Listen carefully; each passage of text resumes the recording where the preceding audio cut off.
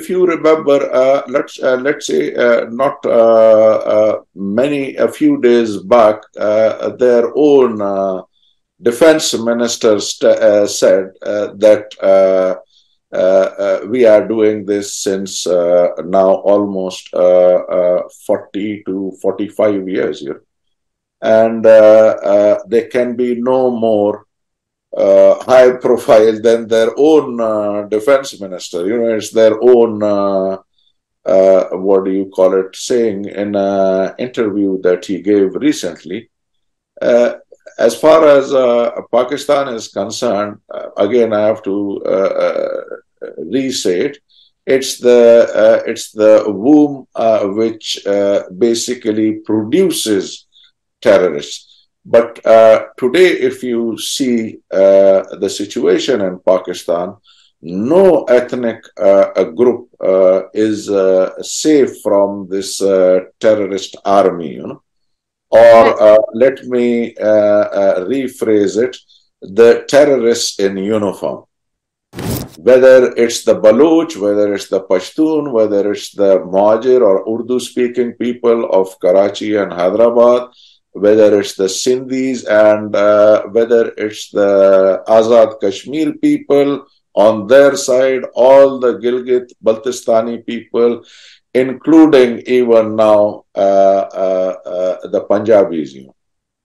You again make a very important point. At this point in time, are you looking at, and how are you looking at the internal crisis that the Pakistani Army Chief Asim Munir is facing? It's not just, like you rightly pointed out, and we were talking about internal and external, and mentioned India and Balochistan, but it's also Gilgit-Baltistan, their own people who are suffering at the hands of the Pakistani military. Are you looking at civil unrest and a breakup of Pakistan? As far as the Baloch are concerned, since the creation of this fake state, we are resisting it, you know, since, and this is since 1948. As far as the Pashtuns are concerned, it started with the invasion of Afghanistan by the Russians. And since then, they are, in the beginning, it was different, but I think in the Pashtuns, they have lost almost 1,400 of their tribal elders in the past 20-25 years. You know, they have been murdered by the so-called terrorists in uniform, you know.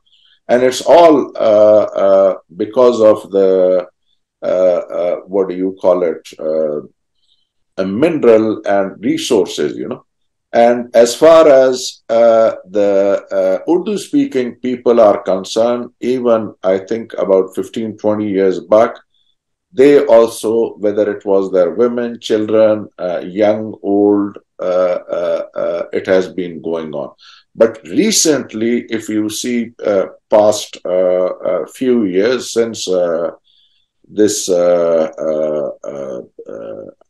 person, Mr. Munir, took over. Asim Munir. Yes. Took over. I think it has, the graph has gone much up. One, there is within the army, even recently, over 300-400 officers resigned from the army. And let's say when he took over at that time till now, over a few thousand have left or got retirement from the army. Right. Reason for it is because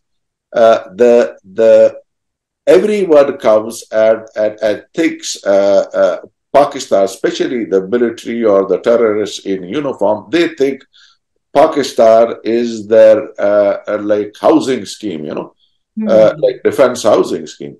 And within the military, outside public, I think since over a decade, we as far as the Baloch are concerned, they are there, the Pashtuns, they are fighting. as far as the Mahajir, Sindhis, Punjabis or Kashmiris and the Gilgit or Baltistani people, they are also agitating, So there is the whole of Pakistan is no more like they show that the whole country is standing with their army. It's no more. Even the people, I even sent you a recent video of the Maulvis, whether it's Fazlur Rahman or the other clerics, they are all openly opposing the military establishment or the terrorists in uniform. Tell me one country in the whole world that they go around and kill their own civilians. That's right. Khan Sahib, there has been a lot of blame game. What Pakistan has been doing is blaming everything that's happening in Balochistan on India. Now, if you look at the larger picture, has Jafar Express, the incident and Baloch Liberation Army hijacking Jafar Express, has this been a turning point when it comes to Pakistan military and a shock and an embarrassment to the Pakistani military? As far as the Jafar Express or whatever is happening is in Balochistan, or in KP, because the reason I'm telling you, because these are too similar. They are fighting the military, and it's all a homegrown thing, because between us and India, it's the terrorists in uniform that are sitting, So how do they blame India? Yes, I've always said that if we get help from anyone, whether it's India or Israel or anyone else, we will always basically take it, that help. But I haven't seen or that about India's involvement. Maybe a few times your ambassador in the UN has talked about us once or twice. Your Prime Minister has, in a speech, has talked about us, but we haven't received any such thing. And if, like what they are saying, I say, let it be if they are saying, because we will embrace anything that India's support, But till now, I don't think we have received anything the way they are saying it, because it's homegrown and our people, they are in that country fighting, Because whatever has started this thing, it is what the Pakistan army is doing on the ground,